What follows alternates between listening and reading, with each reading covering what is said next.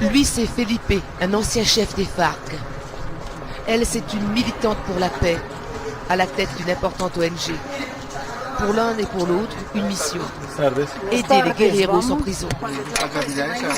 60 prisonniers des FARC sont incarcérés ici, à Bogota. On est ici à la prison Picota, une prison de haute sécurité, avec de nombreux commandants de la guérilla, des gens importants des FARC. Le gouvernement compte sur eux comme intermédiaires auprès des guerrieros. Ils viennent leur proposer un marché, renoncer publiquement à la violence, dénoncer les FARC, donner des informations, en échange une remise de peine. Nom de code Pado, 35 ans, ancien chef de front. Raúl Agudelo, 38 ans, il s'occupait des finances. Luis Carlos Chapuro, 34 ans, combattant de base. Tous condamnés à des peines allant jusqu'à 50 ans de prison. Quand je suis arrivé dans les FARC, j'avais 12 ans. J'étais encore un enfant. J'avais une illusion, un rêve de gosse. Je voulais avoir une arme.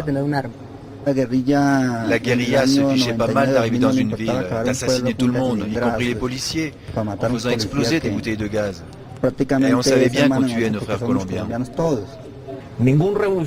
Aucun révolutionnaire au monde ne peut se compromettre avec les trafiquants de drogue, comme le font les FARC. Il y a entre 15 et 20 groupes des FARC qui se consacrent uniquement au trafic de drogue et au kidnapping. Ils nous racontent l'enfer qu'ils ont imposé aux otages. Les FARC ont donné un ordre aux guerrieros gardiens des otages. Ils doivent les exécuter en cas de raid de l'armée. Ce sont des actes inhumains, atroces. Et la façon de traiter Ingrid Betancourt, attachée à un arbre par une chaîne à son cou. Ils ont du sang sur les mains. Ils rêvent d'une vie normale. On veut rentrer dans la société, retrouver nos familles, trouver un travail, étudier. On ne veut plus lutter avec les armes.